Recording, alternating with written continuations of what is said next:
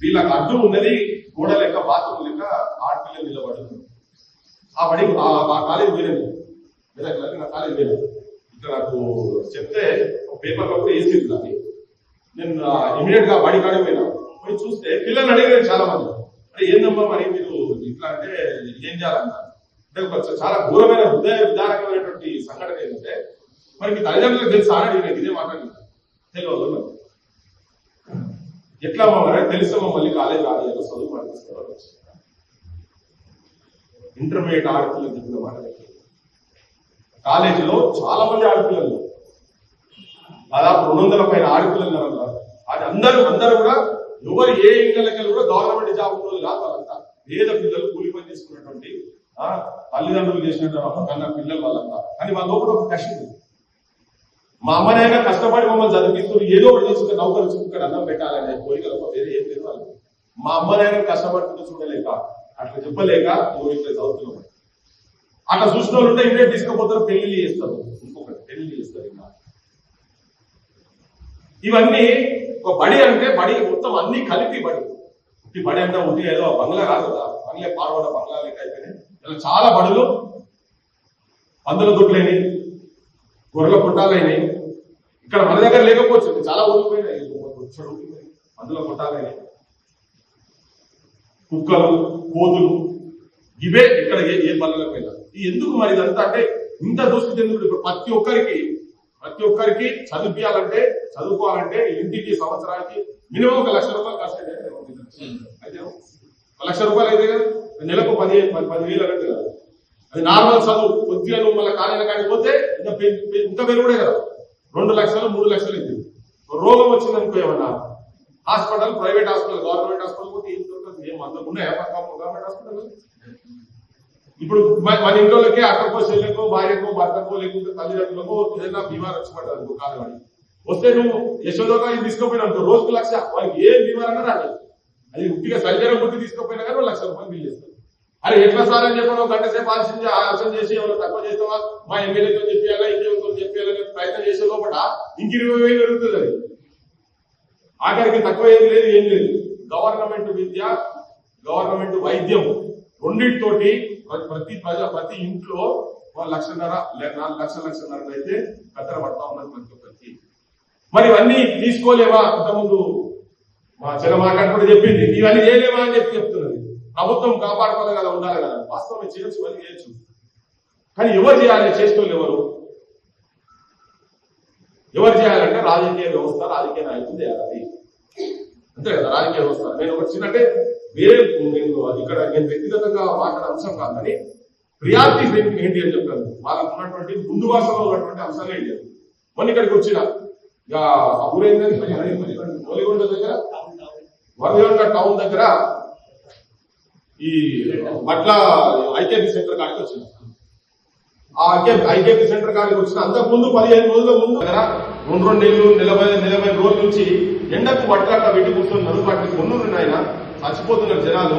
ఆ పని చేయలేక ఆడికి వచ్చి మళ్ళీ ఆడికి వచ్చి కావాలి రాయలేక అని చెప్పి ఒక 15 రోజుల కింద వచ్చి చెప్పిపోయింది. ఆయన ఆడికి వచ్చినప్పుడు నేను కళ్ళ కాకుండా నేను ఐకేపీ సెంటర్ తర్వాత 15 రోజుల తర్వాత ఏమైందో అడుచుకొని పోదామని చెప్పారంటే ఆడికి వచ్చి చూసే వరకు ఆ ముంగటలో ప్రైవేట్ స్కూల్లో డెల్టా స్కూల్ దాన్ని ఆవిష్కరణ చేసేందుకు మన ఎమ్మెల్యే సార్ ఆడికి వచ్చింది. ఈ ఒక్క ఎమ్మెల్యే కాదు, చాలా మంది ఎమ్మెల్యేలు ఇక్కడ ఉన్నారు.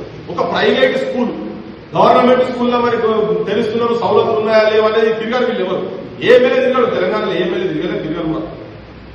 ఒకవేళ తిరిగినా కానీ దాని వెనుక మళ్ళీ ఏమవుతుంది, కథ పట్టించేస్తారు వీళ్ళంతా. అరే మరి నా పిల్లలందరూ ఇక్కడ ఉన్నారు, నా కోట్లేసిన వాళ్ళ పిల్లలు ఇక్కడ ఉన్నారు, వాళ్ళకి ఏమైతుంది కాదు. ఒక ప్రైవేట్ స్కూల్ ఓపెనింగ్ కార్డు ఉన్నాడంటే నేను పోయి మొత్తం తిరిగి వచ్చిన తర్వాత లాస్ట్ కాడికి అందినప్పుడు చూసినా ఏం లేదు, 1-2 వర్షం పడుతుంది అల్లి తడిసినట్టే మొత్తం అంతా ఐకేపీ సెంటర్ అంతా తిరిగి అదంతా వీడియో తీసి నేను బయటికి ప్రపంచానికి చూపించిన అసలు పరిస్థితి ఏంటంటే. రాజకీయ వ్యవస్థ ఎట్లుందంటే నేను పోయినా కాబట్టి, నేను అక్కడికి వచ్చినా కాబట్టి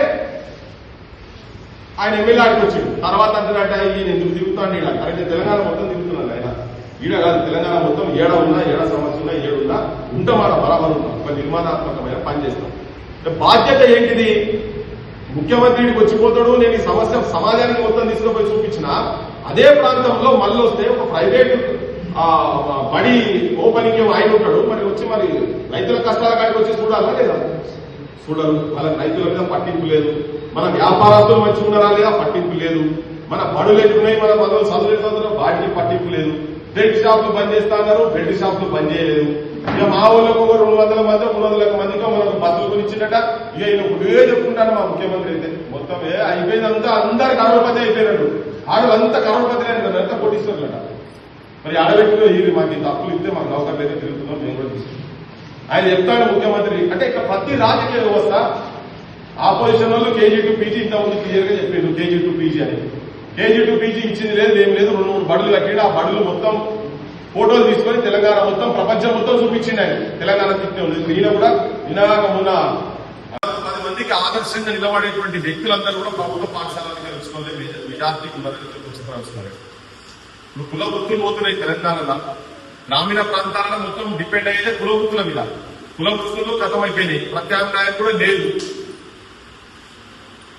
ఏ కుటుంబమైన అంటే కటిక పేదరికంలో ఉన్నటువంటి అరేకరా లేకపోతే కౌలు చేసుకుంటూ అయినా కూలి పని చేసుకుంటూ అయినా దానికి మొదలు పెడితే ఏ వృత్తి చేసుకున్నైనా వాళ్ళ పిల్లలు మాత్రం భవిష్యత్తులో ఇట్లా ఉండొద్దు, మంచిగా బతకాలి, గౌరవపూరితమైన బతకాలి ప్రతి తల్లిదండ్రులకు ఉన్నది. కానీ ఇక్కడ జరుగుతున్నది ఏంటంటే అది ఓన్లీ విద్యనే కదా, విద్యతోనే మనిషి వికాసం వస్తుంది, విజ్ఞానం వస్తుంది. నువ్వు ప్రపంచ జ్ఞానం మొత్తం తెలుసుకోవాలంటే కూడా నీకు విద్యతోనే. కానీ ఆ విద్యను పేదవానికి అందకుండా చేసేటువంటి ప్రయత్నం దాన్ని పిరం చేసేసింది. ఇలా పైసలు ఉన్నోనికే చదువు అనేది కొనుక్కోవాలి.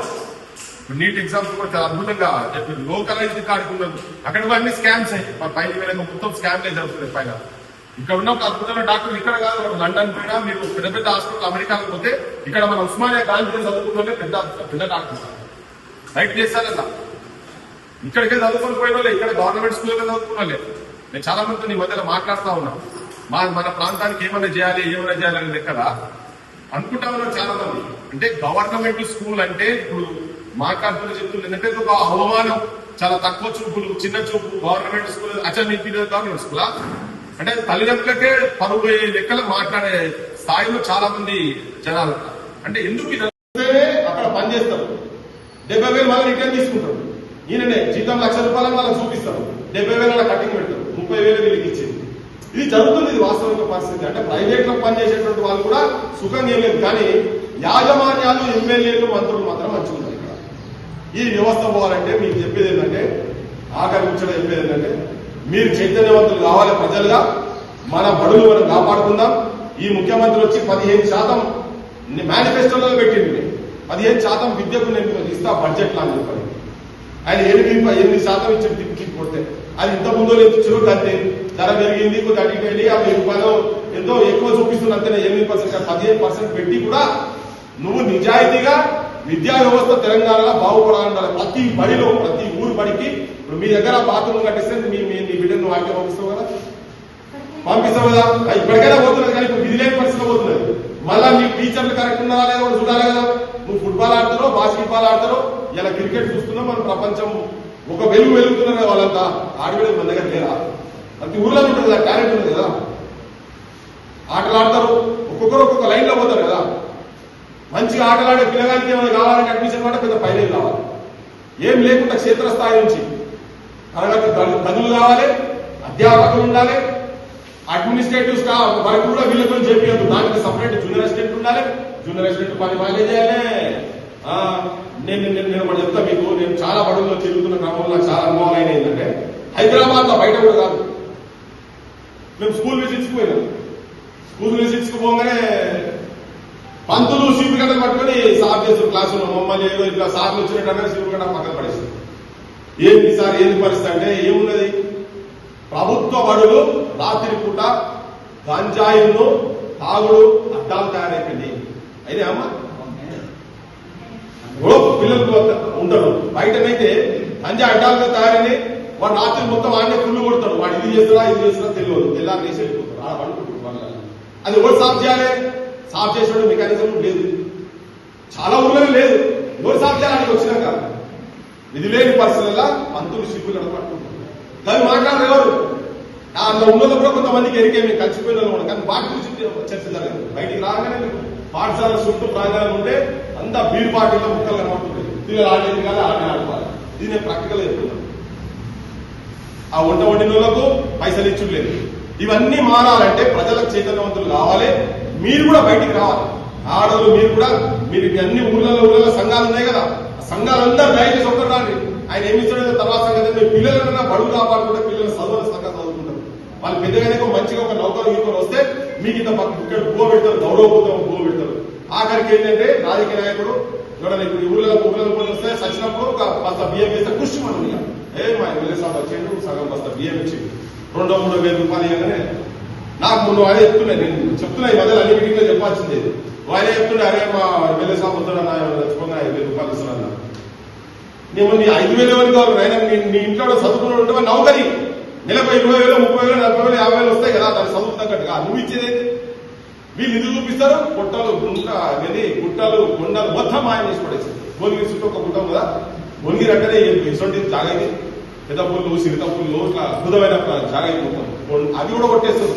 అంటే మొత్తం నేచర్ తోటి, సృష్టితోటి చెలగాట. రియల్ ఎస్టేట్ వ్యాపారులు, ఎడ్యుకేషన్ మాఫియా, మందు మాఫియా, ఈ మాఫియా వాళ్ళందరూ ఎమ్మెల్యేలు అయి కూర్చుంటే మన విద్యా వ్యవస్థ మొత్తం ఇట్లా అవుతుంది. కనుక ప్రజలు మీరు దయచేసి చైతన్యవంతులై మన బడులను కాపాడుకుందాం. మీరందరూ కూడా ఊళ్ళల్లో మీరు కమిటీలు వేసుకోండి. మీరు కమిటీలు వేసుకొని ఉన్న కమిటీలు పక్క పడేసేవి. రాజకీయ నాయకుల చుట్టూ ఉంటే ఉండదు, ఏం కాదు, ఊరు కాదు, మీరు లేదు వాళ్ళతో. ఇప్పుడు మన విద్యా వ్యవస్థను కాపాడుకుందాం. దీన్ని ఒక మహోద్యమంగా తయారు చేసేటువంటి ప్రయత్నం చేద్దాం. దానికి సంఘీభావంగా వచ్చినటువంటి మా అధ్యాపక సంఘాల మిత్రులందరికీ వాళ్ళు కూడా చాలా, వాళ్ళ లోపల చాలా పెయిన్ ఉన్నది. వాళ్ళు కూడా చాలా మటుకు ఇప్పటికే చేస్తున్నారు. ఇంకా వాళ్ళకు కూడా మనం చేదోడు వాళ్ళతో ఉండి వాళ్ళు కూడా మన ఉద్యమానికి అవుట్లెట్ గా సపోర్ట్ ఎప్పటి నుంచి ఉన్నారు. ఇవాళ ఒక కొత్త రకంగా తీసుకుపోదాం కింది దాకా. మేమైతే క్షేత్రస్థాయి నుంచి పనిచేస్తున్నాం. మాకున్న శక్తి ప్రకారంగా ఆడ కూర్చొని ఏదో డైలాగులు కొట్టి నేను రాగానే ముఖ్యమంత్రి కాగానే మొత్తం విద్యా వ్యవస్థ మొత్తం ఉచితంగా ఇస్తా అనే డైలాగులు కొద్దిగా ఆ డైలాగ్ చెప్పడంలో దయచేసి నమ్మకండి.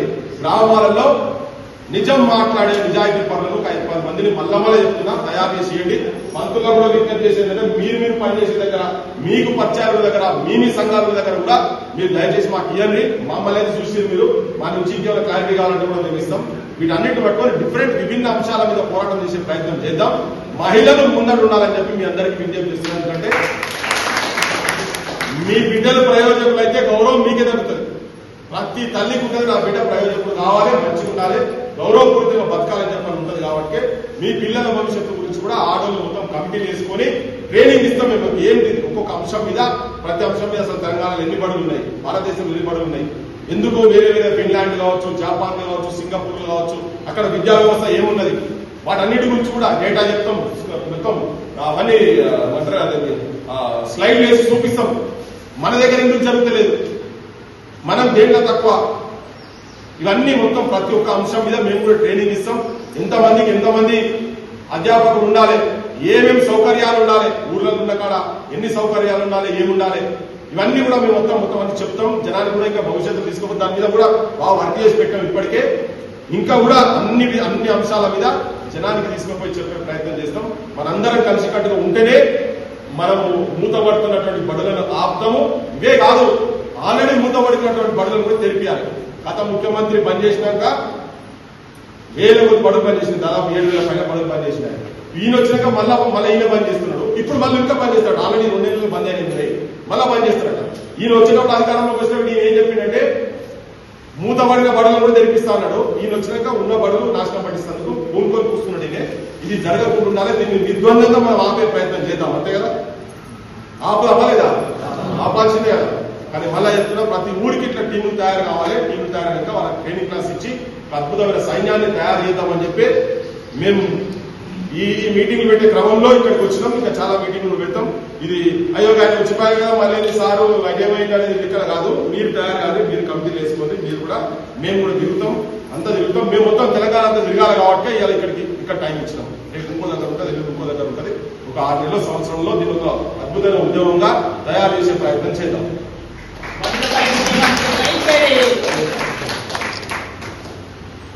కాపాడుకుందాం మన బడులను,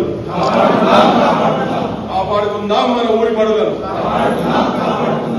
అయిపోయినట్టు కమిటీలుగా ఫామ్ గాంధీ నేను విజ్ఞప్తి చేస్తున్నా. మన తెలంగాణ బడులను మన అస్తిత్వాన్ని కాపాడుకునే ప్రయత్నం చేద్దాం. మన విజ్ఞానాన్ని కాపాడుకుందాం. మన మనసులుగా తయారు చేసేటువంటి కేంద్రాలను బడులను కాపాడుకుందాం అని చెప్పి మీ అందరికీ విజ్ఞప్తి చేస్తూ ముగిస్తున్నాను. ధన్యవాదాలు.